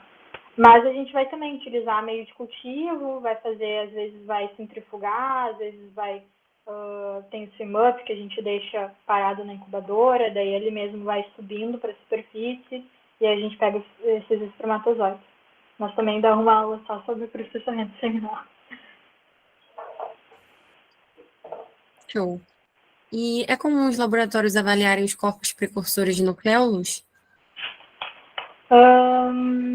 Não, gente, porque, né, eu comentei para vocês, geralmente a maioria dos laboratórios a gente não tem o time-lapse, então a gente tira aquela plaquinha da incubadora e tudo tem que ser muito rápido. Então a gente tem que pensar o que é melhor, o que vai ser melhor para o embrião. É a gente ficar mais tempo com ele fora da incubadora, avaliando vários critérios que talvez não vá fazer diferença lá no final, que é a taxa de gravidez, do que avaliar um pouquinho mais rápido, sempre em 2 pessoas, né? Isso eu acho que eu não citei, mas tudo que a gente for fazer dentro do laboratório, a gente tem que dar o double check. Então, uma pessoa tem que estar conferindo o que a outra vai fazer. Também, às vezes, é uma loucura, porque às vezes a gente sempre fica gritando, então, vou pegar a placa da fulana de tal, então, vou fazer tal coisa, essa placa tem tantos embriões. Então, a gente está sempre se gritando, até para não correr, né, a chance de um esbarrar no outro e, imagina, derrubar a plaquinha com os embriões. Então, tudo a gente também, mais uma vez, batendo na tecla dos estágios, a gente tem que ter uma maturidade maior para estar dentro do laboratório de fertilização, porque a gente tem que estar antenado em várias coisas. Outro detalhe, geralmente o laboratório a gente trabalha com luz baixa, tá? Isso é um critério que está se mudando, mas vem de gerações passadas de embriologistas, então a gente via que a luz agredia os embriões, assim, entre aspas, agredia, então se trabalhava com a luz baixa. Então isso também, são várias coisas que a gente tem que se dar conta e para estar ali dentro daquele ambiente e não ocorrer nenhum acidente. Outra coisa também, a gente não usa perfume dentro do laboratório, porque o ar é totalmente controlado, então nada que pode ser tóxico para os gametas e para os embriões. A gente não usa maquiagem, desodorante sem perfume, a gente usa toda uma roupa específica, né, com touca, com máscara, com propé, sapato fechado para não se queimar com nitrogênio. Então, são várias questões que no nosso dia a dia a gente tem que pensar para aquele ambiente, né, também. Outra coisa sobre o estagiário, vai ficar ali, vai entrar uma pessoa nova na equipe, aquele ar vai mudar, ele está acostumado com aqueles embriologistas sempre. Então, outra pessoa ali também, é mais movimentação das partículas, enfim, tudo a gente vai avaliar para que aquele ambiente fique o mais estável possível. Entendi. E a Alicia perguntou, quais as oportunidades na área para o farmacêutico? Certo. O farmacêutico, ele pode ter 2 cargos dentro da reprodução. Ele pode ter o cargo na farmácia mesmo, da clínica de reprodução, por exemplo. Ali eu comentei um pouquinho por cima para vocês, né, sobre a indução ovulatória. Então, isso vai para a área da farmácia, para a área da medicação. E aí o farmacêutico, a gente tem que ter um farmacêutico responsável nas clínicas para a liberação desses fármacos, enfim, dessas medicações. E também pode ser embriologista. Então, o que é o embriologista, né? O embriologista é aquele profissional da área da saúde que tenha conhecimento específico, enfim, para a reprodução, para as técnicas de reprodução humana assistida. Então, no caso do biomédico, a gente só pode atuar se a gente tiver habilitação. Mas a gente tem embriologistas biólogos, a gente tem embriologistas médicos veterinários, a gente tem embriologistas farmacêuticos, a gente tem embriologistas ginecologistas, médicos, mas tem que ter enfim, treinamento, tem que ter uma experiência para atuar. Então, na farmácia pode ser tem 2 opções, então, na área da medicação e na área dentro do laboratório como embriologista. Ok. E a Maria Clara perguntou se existe algum contato do biomédico com o paciente, se você pode falar um pouquinho mais sobre isso. Tá, ótima pergunta. Assim, gente, eu entrei na biomedicina, eu sempre fui bem tímida, nunca pensei em medicina e sempre me encantei muito pelo laboratório, pela área da ciência, né, pela pesquisa. Então, quando eu conheci a biomedicina, eu falei, meu Deus, perfeito, eu vou ficar lá no laboratório, não vou falar com ninguém, vou trabalhar bem quietinha, né, só ali com as amostras, com o microscópio, mas não é assim. A gente vê na reprodução humana uma demanda dessas pacientes e isso também é muito importante a paciente saber quem é o profissional responsável pelos embriões dela, pela amostra dela. Então, é muito importante estar tendo um movimento dos embriologistas de conversar com os pacientes, de se apresentar para os pacientes, porque vocês vão parar para pensar. A paciente de reprodução humana é uma paciente muito sensível. É uma paciente que já vem com vários traumas, é uma paciente que às vezes está tentando há muitos anos engravidar e é o sonho da vida dela ser mãe. Então, é uma paciente que nos demanda bastante emocionalmente também. E a gente precisa se preparar para conversar com essa paciente.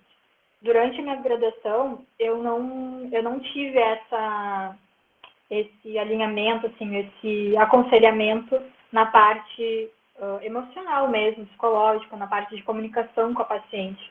Era sempre biossegurança e muito biossegurança, todos os anos tinha biossegurança, para a gente não se machucar, para a gente não se contaminar, né, não trocar amostra e tudo mais. Mas essa parte da comunicação, eu confesso que para mim a graduação faltou. Então, ao longo da minha carreira, e é uma coisa que eu ainda aperfeiçoo todos os dias, e muito importante a gente ter um bom relacionamento também com a equipe da psicologia. Tem psicólogas nessa área que são super minhas amigas, elas me aconselham muito, a gente troca muita ideia de como a gente tem que ter aquela linguagem técnica, mas também conseguir passar para uma paciente que está ali super emocionada, que está super angustiada, né? A gente tem 5 dias dentro do laboratório para ela ficar sabendo das informações. Tem a questão do funil, que a gente viu que pode ir diminuindo aquele número. Então, cada vez está sendo maior, respondendo essa pergunta, cada vez está sendo maior esse contato do embriologista com as pacientes. Vai variar tudo, vai variar de acordo com o laboratório. Já trabalhei em laboratórios que a gente não tinha nenhum contato com o paciente. A gente só fazia os laudos de como tinha sido aquele ciclo, aquele tratamento, e a gente não tinha contato. Já trabalhei em outras clínicas que a gente ligava, todos os dias a gente passava o relatório por ligação para paciente. Então, a gente teve lá, primeiro dia, a gente ligava, teve 10 oócitos, 9 maduros, a gente injetou os 9, amanhã a gente liga para dar o feedback de quantos fertilizaram. Aí no outro dia ia lá, oi, fulano de tal, aqui para passar a avaliação do caso. Hoje a gente tem 8 fertilizados. Então, isso vai variar tudo e, como eu falei para vocês, a gente precisa desenvolver a comunicação, tanto não só com os pacientes, mas com a equipe. A gente tem que ter uma boa comunicação entre nós, entre os embriologistas dentro do laboratório. Como eu falei para vocês, são várias coisas acontecendo ao mesmo tempo. Enquanto um está lá fazendo a punção e avaliando lá os ócitos, o outro está preparando o sêmen.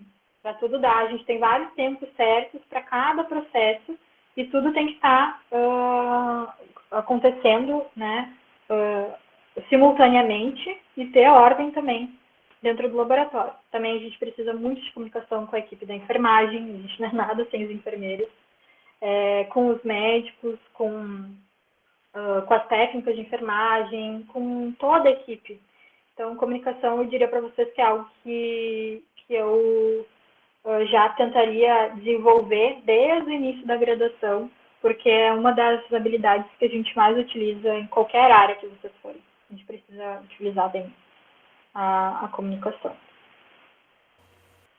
Com certeza. E a Beatriz perguntou, qual a sua opinião sobre o uso da luz baixa no laboratório, uma vez que a luz do micromanipulador é bem forte? Então, é isso que eu comentei. A gente vem de uma tradição de que era agressivo, né, que fazia, que não era bom para os embriões ter essa luz alta. Então a gente trabalha ainda, a maioria dos embriologistas com a luz baixa, mas tem muitos laboratórios, principalmente na Europa, que tu olha assim os vídeos deles e tá tipo a luz normal, sabe? Então também não tem artigos que digam, vai fazer mal, não vai fazer mal. Então, também, tudo vai variar. E é meio que eu falei para vocês, é uma tradição que vai passando de embriologista para embriologista. Hoje, eu chego no laboratório, eu não consigo trabalhar em luz baixa. Quer dizer, luz alta, eu sempre trabalho com luz baixa. Mas isso aí, tem muitos laboratórios que trabalham com luz alta. Então, também tudo é variável. Mas, teoricamente, não, respondendo a pergunta, teoricamente não seria agressivo, porque justamente, né, quando a gente está no microscópio, eles estão com luz direto ali do microscópio neles, né? Então, a luz do ambiente não faz muito sentido mesmo. Show. E a Isis perguntou: boa noite. O enfermeiro ele fica mais na área assistencial de quem está realizando o procedimento ou também pode ficar no laboratório? Certo. O enfermeiro ele vai estar na parte assistencial, mas ele também vai vai participar dos procedimentos, por exemplo, na punção ovariana. Tem que ter um enfermeiro ali para caso, né, ocorra alguma interferência e tudo mais, porque é um procedimento com anestesia. Então, sempre tem geralmente duas enfermeiras dentro dali do bloco cirúrgico, fica do lado do laboratório, né, que a gente consegue ver pela janelinha, pelo pass-through. E também outro momento que elas vão estar presentes, os enfermeiros vão estar presentes, vai ser na transferência embrionária também.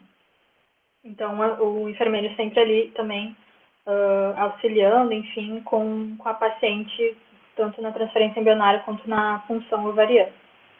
Mas no laboratório especificamente não, vai estar do lado, ali na sala, no bloco cirúrgico, a gente chama ali, né? Bom, essas foram as perguntas. Mais alguém quer abrir o microfone, perguntar uma coisa para a Bruna, escrever no chat também? Eu queria perguntar, Rebeca. Pode perguntar. Bruna, boa noite. Oi, boa noite. Eu peguei uma parte de você falando sobre a time-lapse não influenciar na taxa de implantação, foi isso? Uhum. Mas a gente sabe que a time-lapse ela ajuda muito nesse processo da gente na escolha, né, do embrião, até porque antigamente não se tinha a noção de todo o desenvolvimento do embrião. Hoje em dia, com a time-lapse, a gente consegue ter. Você acha que isso já não é já não influencia nessa taxa de implantação? Porque a gente agora escolhe muito mais certo do que anteriormente, né? Quando não tinha a time-lapse. Sim. Isso é uma questão, acho que é a principal questão dentro dos laboratórios, tá? Porque o que a gente quer? A gente quer a gravidez no final, né?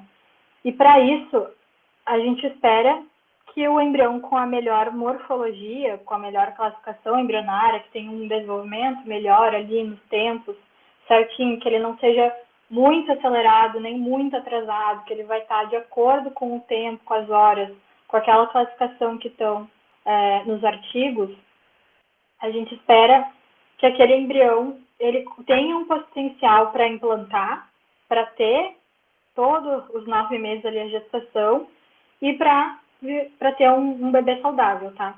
Então, a gente tem uma questão que nem sempre, a gente não tem como prever, assim, um embrião com a melhor classificação não quer dizer que é um embrião. Primeiro que começa pela biópsia, que eu não falei para vocês, sobre os testes genéticos que a gente faz também nos embriões, e a gente tem os embriões euploides, que são geneticamente normais, e os aneuploides.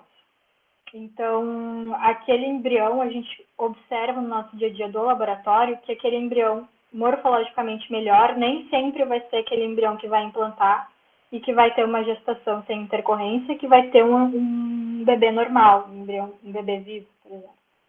Então, é tudo, como é que eu vou falar, no achômetro, entre aspas.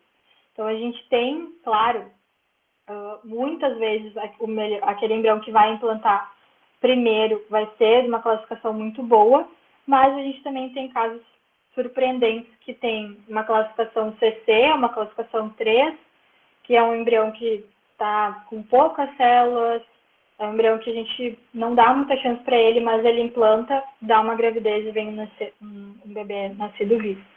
Então, a classificação, a gente se apegou à classificação porque é um parâmetro que a gente tem mais próximo daquilo que a gente acha que é o melhor, que ele vai ter um potencial, mas o que eu estou tentando falar para vocês, explicar, é que a morfologia, a classificação embrionária, ela não é 100% certeza que aquele embrião vai implantar, que vai ter um bebê nascido vivo daquele embrião.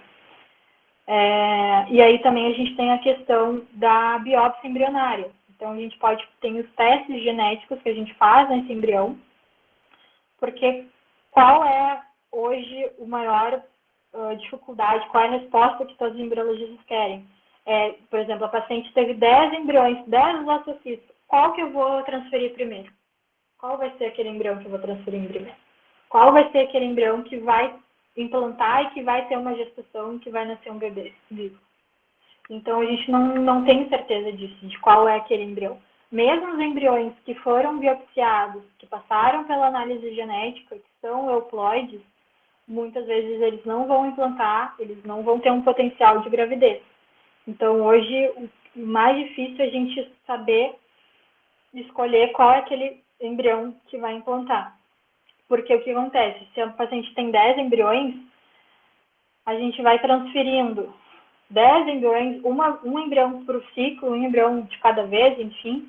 E aí o tempo de tratamento daquela paciente, o gasto que aquela paciente vai ter também é maior. Então, tudo que a gente quer é minimizar esse gasto, minimizar esse tempo de tratamento, para que a paciente consiga engravidar direto com o primeiro embrião que a gente transferir. Então, gente, é bem complicado.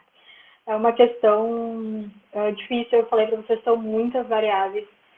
Com certeza, o time-lapse, ele ajuda na classificação, ele nos dá muitos dados agora com a inteligência artificial de como foi aquele desenvolvimento, a gente consegue, qual é a palavra? A gente consegue enxergar um pouquinho mais além. Oi? Acompanhar melhor, né? A gente consegue ter uma noção de como está aquele desenvolvimento dele um pouquinho melhor, e a gente consegue fazer, tem muito estudo, gente, é um assunto bem interessante, time-lapse. Tem muito estudo sobre desenvolvimento e inteligência artificial sobre esse tema, com incubadores com time-lapse, porque a gente consegue descobrir muitas coisas que a gente não fazia nem ideia. Como eu falei para vocês, a avaliação que quando a gente tira, a gente está vendo naquele exato momento. Então, também falei para vocês, né, o embrião faz aquele movimento de encolher e expandir. Aquilo também, se a gente pega o embrião quando ele está encolhido, a gente tem uma classificação diferente. E aí, depois, 2 horas depois, ele já está eclodindo. Então, é uma outra classificação. Então, a time-lapse ajuda para a classificação. Algumas vezes ajuda a gente ter uma noção, assim, do que seria melhor, talvez, esse embrião implantar primeiro, aquele implantar depois. Mas o que eu quero dizer é que a gravidez não vai depender só disso. Porque a gente também a gente está falando dos embriões, mas a gente também tem todo um preparo endometrial. Então, ou uma paciente que tem endometriose, uma paciente que tem ovário policístico, uma paciente que teve alguma uma doença sexualmente transmissível. Então, são vários detalhes que a gente tem que, como um todo, né? Aqui a gente está focando no laboratório, mas tem a parte clínica também. E também tem muita parte emocional. Então, é um conjunto de várias coisas que vai ter o resultado final lá da gravidez. Então, não é só, a gente está focando na classificação embrionária, que foi o tema de hoje, mas o que eu queria que vocês saíssem daqui, para vocês entenderem que é muito mais, tem muito mais variáveis, são muito mais critérios, e que é muito mais difícil engravidar do que a gente imagina. Porque para tudo dar certo, é quase um milagre ter o bebezinho ali. Porque realmente, dentro do laboratório, a gente tudo que a gente faz, né, para ter um embrião, para que aquele embrião ele tenha a força, ele tenha o potencial de conseguir implantar e ter o bebê depois.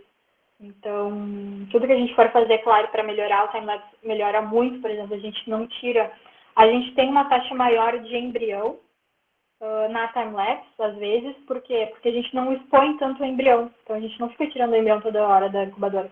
Então, a taxa, às vezes, de blastocisto vai ser maior, mas a taxa de gravidez não vai ser diferente. Então, também, isso é um critério que a gente utiliza dentro do laboratório. A gente tem escrito a taxa de fertilização, a gente tem a taxa de D3, a gente tem a taxa de blastocisto, a gente tem a taxa de embrião euploide, que são os embriões que passaram por teste genético.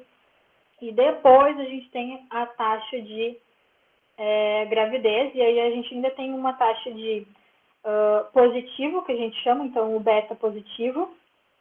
Só que ali, o beta é ali, geralmente, 14 dias depois da transferência, elas fazem o beta, dá positivo. Só que daí, gestação clínica é outra coisa, gente. Então, a gente ainda tem a taxa do beta, a taxa de gestação clínica e depois a taxa de nascido vivo. Porque ela pode ter uma gestação clínica, então, taxa ok, positivo, gestação clínica, mas aí ali, infelizmente, passou mais semanas e aí ela abortou. Então, a gente tem várias taxas ao longo desses 9 meses, um pouquinho mais, porque daí depois a gente espera nascer, e daí também a gente pega os dados de peso, enfim, de tudo do bebê também, para ter um acompanhamento de caso. Mas, assim, são muitos critérios, tem muita coisa aí, aproveitem a Liga Acadêmica, aproveitem os profissionais que vierem falar com vocês, porque cada um vai ter uma experiência. Falei para vocês, cada laboratório vai ser diferente, o que vai funcionar num, às vezes não funciona no outro, então que vocês puderem, assim, absorver as informações de mais profissionais e a Liga trazer vários assuntos diferentes. Vocês viram que era um tema de classificação embrionária, mas eu sou apaixonada por ligas acadêmicas, então tentei, assim, dar uma visão geral, porque eu tinha isso, eu era muito afobada, participei de muitas ligas acadêmicas, não só da minha universidade, para vocês terem noção, então, e tentava absorver cada informação que cada profissional trazia. Então, tentei aqui focar um pouquinho em classificação, mas para vocês verem outros critérios também desse mundo, que é o mundo da medicina reprodutiva. E outra coisa também que eu não falei, que geralmente eu falo, é que vocês viram, né, o recorde que a gente tem é de 30 anos. É uma área comparada à medicina reprodutiva, comparada com as outras áreas da medicina, é uma área muito nova. Então, a gente tem muita coisa para descobrir ainda. Vocês devem já ter escutado, né, que às vezes os tratamentos são muito caros e a gente não tem uma taxa de 100%. Então, muitas vezes as pacientes saem frustradas porque o que elas acham? Eu vou fazer um tratamento, eu vou pagar muito dinheiro e eu, com certeza, vou engravidar, eu vou ter um bebê nascido vivo em casa. Mas vocês viram como que é o funil ali. Eu não trouxe a porcentagem para vocês, mas fico devendo. Outro dia eu trago as porcentagens. A gente tem toda uma porcentagem de positivo, uma porcentagem de gravidez clínica, de bebê nascido vivo, taxa de euploidia. Então, são vários passinhos que a gente dá, desde ali de quantos folículos, quantos ossos a gente teve, quantos ossos maduros, tudo é uma vitória, é um passinho de cada vez. E vocês conseguem entender como que é para a paciente. Ali perguntaram, né, se a gente tem contato com a paciente. A gente tem que ter contato. O paciente tem que ver nosso rosto, saber quem é o profissional, porque muitas vezes, quase 100% das vezes, é o sonho daquela paciente. Então, ela sonha em ser mãe, ela sonha com o filho, e é aquele momento é que ela está mais vulnerável. Então, ela está, assim, dando o mais importante que ela tem naquele momento, que é o gameta dela, o gameta do companheiro, da companheira, e ela tem que saber quem é aquele profissional. Vocês imaginam, vocês estão colocando na mão de um profissional e vocês não vão saber quem é aquele profissional, quem é que está lá dentro do laboratório, o que ele faz. Vocês têm que saber. Então, a paciente tem que saber. Então, é muito importante a gente estar mostrando as caras, né, para a paciente, para a sociedade, falando sobre esses assuntos que muitas vezes são tabu, sexualidade, enfim, métodos, né, de infertilidade também, às vezes, era muita vergonha, né? A gente vive uma sociedade um pouco machista, né? Então, assim, o homem, para ele admitir que ele é infértil, que ele tem uma dificuldade, então, são várias questões que também a gente tem que parar para pensar nisso. Então, a psicologia sempre nos ajudando ali. Então, eu acredito que a paciente, sim, tem que saber. Quando eu entrei na biomedicina, algum tempo atrás, eu escutava que o biomédico era um profissional dos bastidores, que a gente ficava escondido, né, lá no laboratório, ninguém sabia quem era. Muitas vezes as pacientes achavam que o médico fazia tudo, fazia a indução delas, juntava o espermatozoide com o óvulo e nem sabia o que era embriologista, né? Então hoje a gente está com as redes sociais positivamente aí, está nos ajudando, a gente vem mostrando a nossa cara, mostrando o nosso dia a dia, mostrando um pouquinho do que acontece no laboratório e tirando alguns tabus, principalmente ali que a gente pode passar uma vida ali 10, 20 anos de método contraceptivo e quando a gente parar, a gente vai engravidar de cara, a hora que a gente quiser, o momento que a gente quiser. E não é assim, né? Vocês viram, a gente tem ali o nosso potencial de fertilidade, a gente tem, também não vai ser só a mulher, vai ser, o embrião são junção de 2 gametas, então a gente tem que ter um papel tanto importante quanto da mulher quanto do homem, os dois é 50%, não tem disso de, é culpa da mulher, a gente não está engravidando um casal hétero, né? A gente não está engravidando, é culpa da mulher só. Então, não, a gente tem que parar, avaliar, investigar. Tem casais héteros também que é tanto fator masculino quanto feminino. Então, tudo a gente vai se adequando aí. E o que eu falei, cada paciente, cada tratamento é um tratamento, cada paciente é um caso diferente. E a gente vai se adequando também dentro do laboratório para o que é melhor naquele caso, o que a gente faz de protocolo para tentar maximizar as chances de sucesso. Falei bastante, né, gente? Gente, mais alguém tem alguma dúvida? Pode abrir o microfone, colocar no chat. Bom, se ninguém tem mais uma dúvida, eu vou perguntar uma coisinha meio fora do assunto. Bruna, você tem alguma recomendação para conseguir estágio? Se você acha melhor levar o currículo na clínica ou mandar um e-mail, mandar uma mensagem? Gente. O que eu vou dizer para vocês? Tenha um currículo focado, assim, especializado para isso, tá? A clínica, ela vai estar mais interessada em estagiários que demonstrem que têm interesse, que demonstrem que estão indo atrás de conhecimento. Então, como que vocês vão conseguir qualificar o currículo de vocês? Participando de eventos, participando de ligas acadêmicas, participando de congressos, às vezes tentando fazer um curso prático, às vezes, bem básico, isso é importante. Não queiram já chegar fazendo curso de ICSI e curso de biópsia, que isso aqui é lá no final. Tem muita coisa ainda para ver. Então, comecem ali com o curso de andrologia, que é algo um pouco mais simples, um curso de espermograma, um curso de auxiliar de laboratório de fertilização. Conversem com pessoas, então networking. Isso são coisas que vocês devem escutar muito na graduação, mas realmente não tem como a gente fugir disso. Então, uma boa comunicação, networking, falem aqui a liga, usem a liga para conversar com os profissionais que vêm aqui. Na minha época, eu fiz uma lista de todas as clínicas que tinham em Porto Alegre e eu fui pesquisar quem eram os embriologistas que estavam trabalhando nessa clínica. E aí já assim, cada história é uma história, cada pessoa é uma pessoa, né? Eu fui um pouquinho, acho que diferente, assim, um pouquinho fora da curva, porque eu decidi reprodução no primeiro semestre de biomedicina. Então, eu me apaixonei no primeiro semestre e eu foquei muito toda a minha graduação para a área.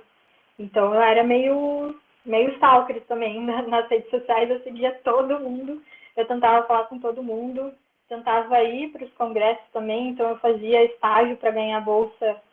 Em outra, era pesquisa clínica que eu fiz estágio, depois eu fiz estágio em análises também, em bioquímica, e aí eu pegava aquele dinheiro e tentava investir em congresso, para a área da reprodução, em algum curso, ia em palestra, mesmo que era para a área da medicina, que era para a área da enfermagem, eu estava lá, da psicologia, eu estava lá enfiada no meio.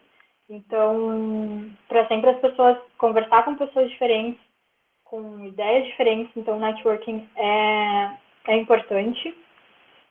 E, olha, eu não sei se seria melhor levar o currículo presencialmente, tá? Porque a gente no nosso dia a dia, na rotina, assim, a gente às vezes não vai conseguir sair do laboratório para falar com vocês. Então, eu acho que seria interessante procurar quem é o coordenador daquele laboratório e falar, mandar uma mensagem lá no LinkedIn, no Instagram, cuidado para ver se o embriologista tem um perfil fechado ou um perfil aberto, se ele tem um perfil que diz ali, biomédico embriologista, biólogo embriologista, ou se ele tem um perfil pessoal. Não vão lá no perfil pessoal da pessoa que tem 200 seguidores, que só posta foto do filho e da família, para pedir estágio. Então, tem um pouquinho, né, de noção. Mas o LinkedIn, eu vejo que está sendo... Eu até uso pouco, confesso, uso mais o Instagram. Mas o LinkedIn eu vejo que tem bastante oportunidade ali, as pessoas compartilham bastante coisa. E vaga também de estágio. E esses grupos, né? Não sei se vocês sabem, mas eu tenho um grupo que a gente, de networking, assim, só para reprodução, e ali a gente coloca vaga, a gente coloca quando vai ter um curso, quando vai ter congresso, o pessoal se combina de se conhecer nos congressos, passa o ano inteiro falando no WhatsApp, e daí no dia do congresso se combina para se conhecer pessoalmente. E o Brasil é enorme, né, gente? Então, tem oportunidades e se conectando com as pessoas certas ali, a gente consegue uma brecha, porque realmente eu sei que é uma área difícil. Na minha época, eu já estava falar que era uma área mais restrita, que era uma área... peraí que eu vou pegar aqui. Que era uma área mais restrita, que era uma área de difícil acesso. Espero que eu tenha mostrado para vocês, né? Porque um pouquinho do porquê que é difícil de ter um fluxo de estagiários, que vocês viram, são muitas, a gente tenta deixar o laboratório mais estável possível, mas eu entendo perfeitamente que se a gente não tiver uma oportunidade, a gente precisa de uma certa experiência, se a gente não tiver nenhuma oportunidade, fica difícil, né? A gente ter a experiência que todo mundo quer, geralmente. Então, acho que seria essas principais questões. Networking, comunicação, participar de eventos, liga acadêmica também, LinkedIn, fazer um bom currículo no LinkedIn e tentar se conectar com as pessoas. E estudar sempre, né, pessoal? Porque a gente, né, enfim, se vocês não conseguirem o estágio, a parte teórica ninguém vai tirar de vocês. Então, procurem materiais, procurem artigos, porque se vocês chegarem para uma entrevista sem fazer a menor ideia, não tem problema vocês não terem experiência dentro do laboratório, mas a parte teórica vai ser um diferencial para vocês. Se a pessoa que vai estar entrevistando vocês observarem que vocês entendem o mínimo de como funciona o fluxo dentro do laboratório, de algumas linguagens, já vai facilitar. Vocês já vão se destacar. E outra coisa é, por favor, cuidem do currículo que vocês vão mandar. Eu fiz uma clínica que eu trabalhei, eu participei de seleção de estagiário, e era assim, eu recebi currículos que a pessoa era total focada para estética. Eu não sei por que ela estava mandando currículo para vaga de embrio. Porque, assim, era focada numa área só, não tinha um curso, gente, não tinha uma palestra, não tinha nada de reprodução. Então, vocês vão se candidatar para uma vaga de embrio, tentem ter alguma coisa de reprodução humana, algum curso, alguma palestra, qualquer coisa de reprodução já vai chamar a atenção do avaliador. Vocês vão se candidatar para uma vaga de análises clínicas, procurem botar informações que tenham a ver com análises clínicas, tá? Então, tomar cuidado com essas questões. Currículo no Lattes também é interessante, de vocês terem sempre atualizado. Uma coisa que eu não falei, iniciação científica. Eu cheguei a fazer iniciação científica na minha época de graduação, e foi dentro de um laboratório de embrio. E lá eu tive, assim, uma outra visão da área, porque eu tinha contato com mestrandas, com doutorandas que já estavam dentro de laboratório de fertilização. Então, eu tinha contato ali com pessoas que estavam no dia a dia da reprodução, da embriologia. E também os estudos que eu participei, também fui pegando experiência, a maioria dos estudos que eu participei era com animais, era experimento com animais, então, mas isso também tudo agrega também. Então, o que vocês conseguirem mais puxar para essa área vai agregar bastante, vai fazer um diferencial na hora da seleção. Entendi. Muito obrigada, Bruna. Mais uma vez, obrigada por ter aceitado ministrar a palestra. Acho que mais alguém tem uma pergunta. Pode falar, desculpa. Não? Foi impressão minha? Sem querer, talvez. Bom, então é isso. Muito obrigada mais uma vez. Foi ótimo, deu para tirar bastante dúvida. E é isso, gente. Boa semana. Tchau, tchau. Boa noite, gente. Obrigada pela oportunidade. E quem precisar de alguma coisa que eu puder ajudar, às vezes eu demoro para responder. É uma coisa que eu estou tentando trabalhar, cada um melhorar. Mas tentem mandar mensagem que eu vou tentar responder sempre. Qualquer coisa que vocês precisarem. E troca de material também. Nesse grupo a gente tem um drive ali que tem vários artigos, tem vários materiais. Dá para pegar bem a parte teórica, assim. Muito obrigada, Bruna. Muito Obrigada. obrigada. Boa noite. Boa noite. Tchau, tchau, gente. Boa noite.